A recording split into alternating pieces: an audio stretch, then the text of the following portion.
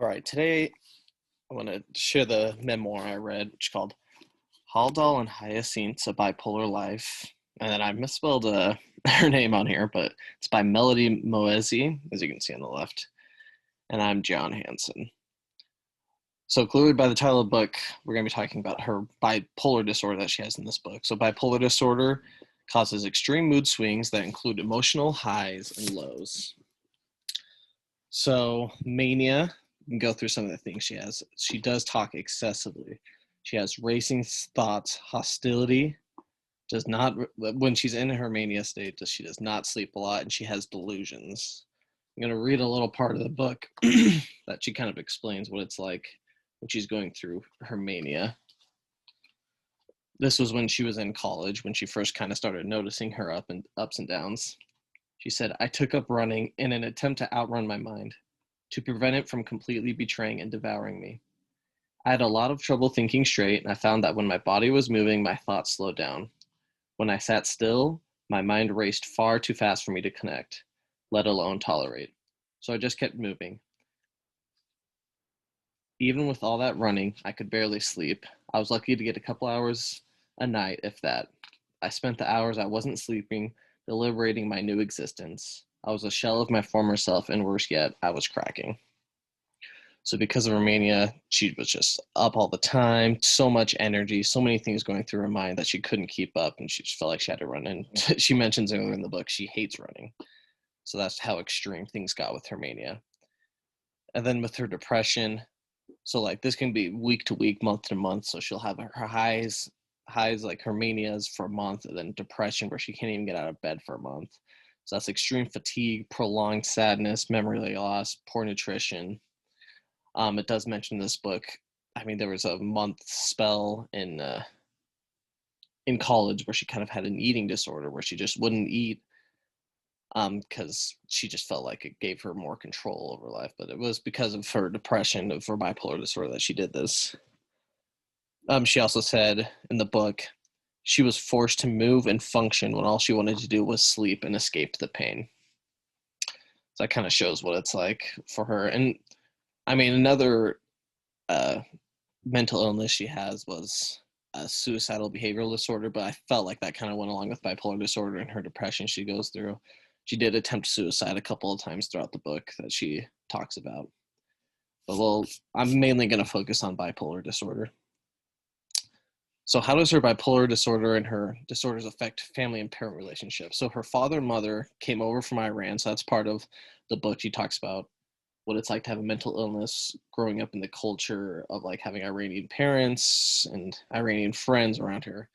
And they're both very successful doctors, very successful people when they came over to the United States. Um, and she was always worried about disappointing her parents and what her parents would think about her mental illness. Um, Her parents just had they had very high expectations for her. They wanted her to become a doctor or a lawyer or something successful. She even mentions she actually did start. She went to law school in Georgia, and she told her father she was going to take off a semester to write a different book about what it's like being Iranian in the United States. And her father got very upset because he wanted her to just quickly become a lawyer and become super successful. But obviously, her first book was a success, and he kind of realized that there's different forms of success rather than just being a like successful doctor or lawyer. Um, there is a part of the book I wanted to read about when her parents came to visit her in the mental institution for the first time. She went to it's a mental institution called Stillbrook. She said, they were all surprised and relieved to find me in such high spirits. My parents immediately concluded that it was the drugs that brought on my momentary brush with madness. I hadn't told either of them about switching to Cymbalta before because I didn't want to worry them. But when I told them about it at Stillbrook, the mental institution, they took it as my reprieve. They were thrilled to hear that there was some chemical compound we could blame, and quickly agreed that going off of it would fix everything. So I mean that kind of shows that her parents, it took them a while to kind of accept like that she had a mental condition, bipolar disorder, and they kind of for a long time just blamed it on other things. They couldn't really accept it. But towards the end of the book, her relationship with the parents actually grows. They come to accept it. They're the ones kind of supporting her through the hard times, and it's actually very tender about how that happens. But they become to accept her bipolar disorder and help her out with that. So fears. This one's kind of interesting because it kind of depends on what state she's in her mania or depression. So during her manic episode, she starts to have some fears that really aren't based off anything in reality.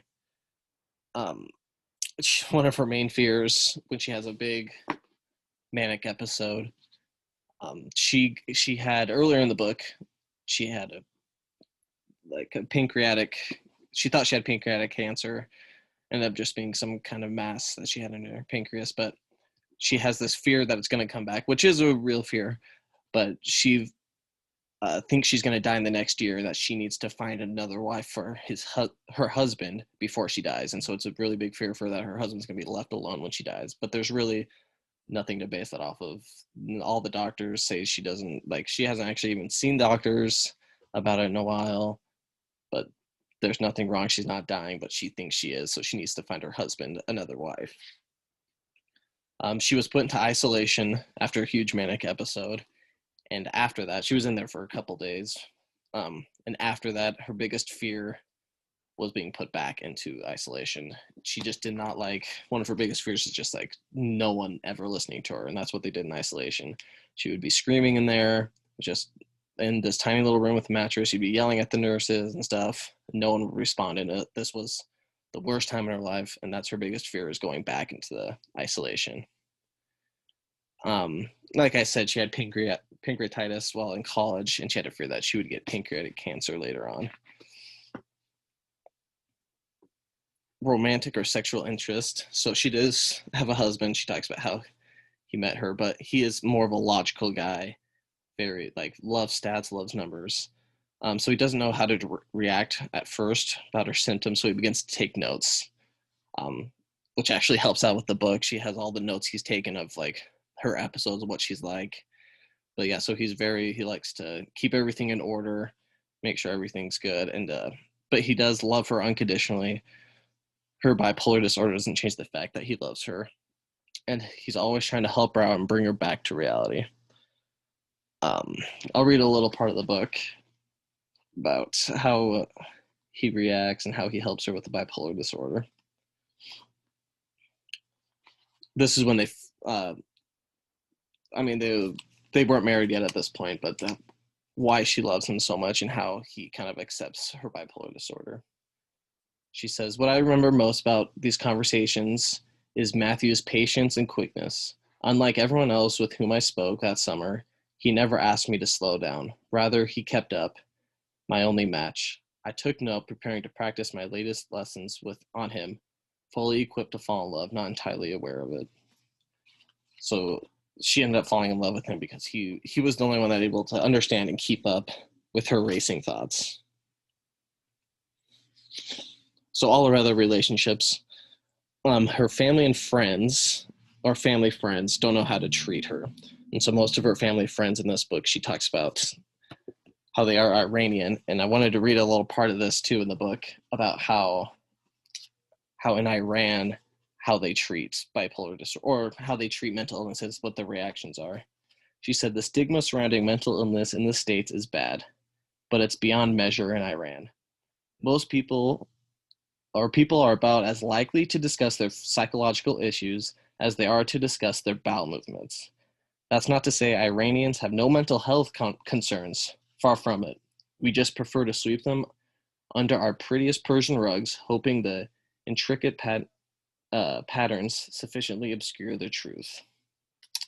So, I mean, she mentions that in America, obviously, as well, it's kind of the same way where it's not, people don't openly talk about their mental illnesses or don't really know how to react.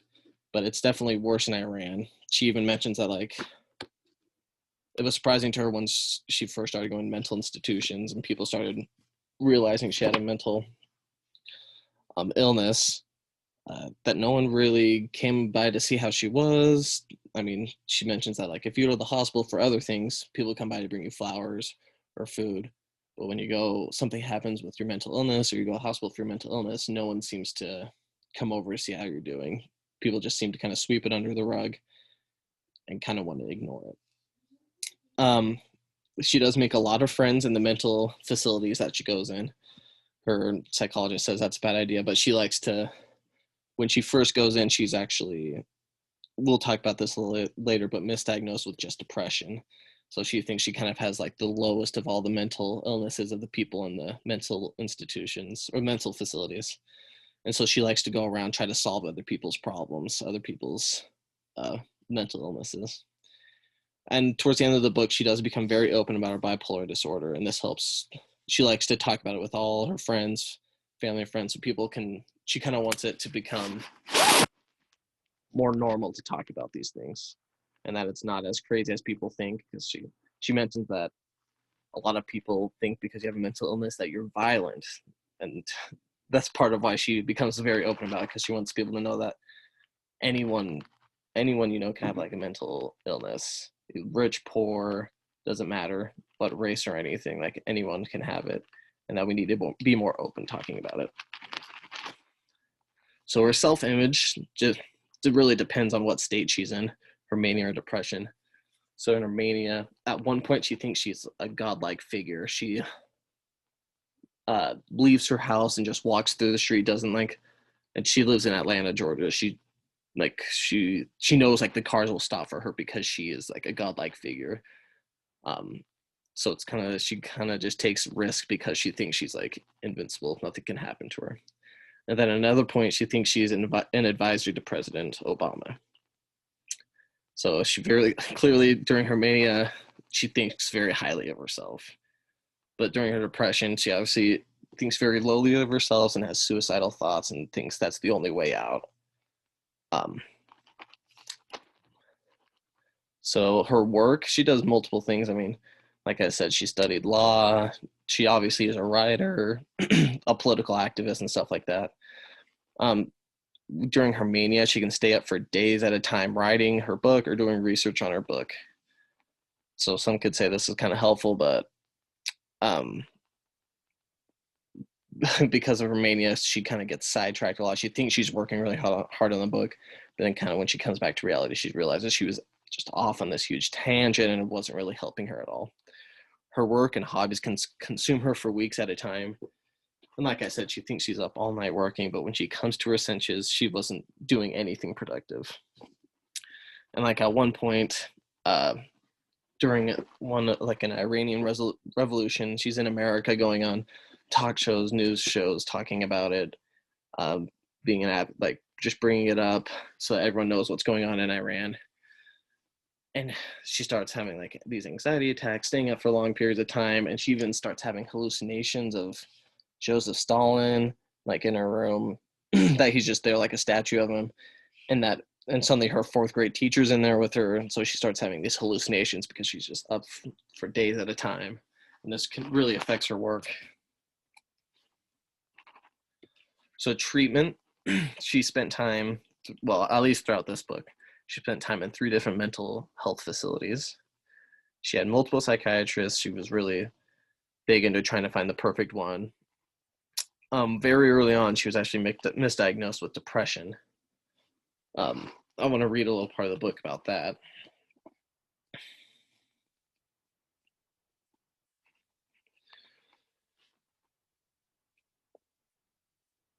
She said, "I left Stillbrook without a proper diagnosis and without a long-term treatment plan. Despite growing increasingly manic over my time there, no one bothered to notice, let alone to consider revising my diagnosis. So I left still thinking I had unipolar disorder.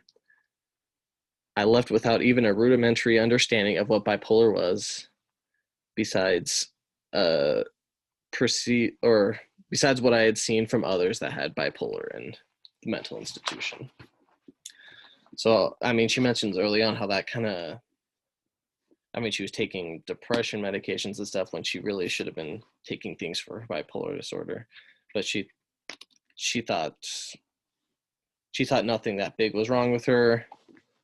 Not that depression isn't a big thing, but she just thought she had that she was normal, that everything, she was just having like an off day, but really if people were paying attention through her ups and downs, they would notice like the symptoms of bipolar disorder. And she has been on different medications with mixed results throughout the book and throughout her time. So what did I learn and how do I relate to this? She mentioned at the book, this really stood out to me. You are never fully healed from your mental illness. You'll always live with it. The important thing is finding healthy ways to overcome it. So one last part from the book. I just thought she brought up some really good points in it. She said, I'm not cured. As a rule, bipolar disorder is, quote, relapsing and remitting. I can be fine for years at a time, but then there'll be this big comic book worthy bam. Even if I do everything right, take my meds, stick to a steady sleep schedule, eat like Dr. Oz, pray like Muhammad, and yoga like Madonna, it's still highly likely I'll get sick again. So I think it's important, she brings that up about bipolar disorder, but I think that's important to understand about all these conditions, all these mental illnesses. Like, you're never going to be fully healed from them, and it's important to kind of accept that and just figure out, like, that's part of the reason going to psychiatrists. I mean, medications can help, but psychiatrists can help you learn ways to deal with it, proper ways to deal with your mental illness. Having supportive family and friends is very important. Like I said, her family wasn't necessarily like that supportive at first, but later on, I mean, with her husband, with her family, they were willing to drive across the country this year to make sure she was okay, to take her to mental institutions that came to visit her all the time. So she knew no matter what was going on, she had people that loved her with her all the time. A mental illness, like I said, can affect everyone. At the beginning of the book, she says, I mean, because she's from a successful family, doctors and stuff, like, oh, like, this can't actually be happening to me. Like, I'm a upper class woman, like, this only happens to like poor people. But this really, it affects all races, all people of income status, all genders. So like, I'm just being very aware that, like, it doesn't matter what stage of life you're in, someone could be going through this, and being very mindful of that when you're talking to people. And like I said, doctors aren't perfect and you can't get misdiagnosed. But this, I mean, growing up, I thought doctors knew everything. Like, how can they get anything wrong? But they're humans too. You can be misdiagnosed with things, and kind of being maybe aware of that. Maybe getting multiple opinions on your mental illness and stuff like that. And then how do I relate? Just, I mean, I have people in my life not that don't necessarily have bipolar disorder, but have depression and other things. And just learning that being supportive and just being there can be really helpful. I don't have to solve all their problems. Just being there and letting them know that I'm there is very important. And just also the first bullet point, just helping, just understanding my wife has depression. And so understanding that, it's always going to be there. I can't expect it to just be gone one day. So helping her out through that is really important.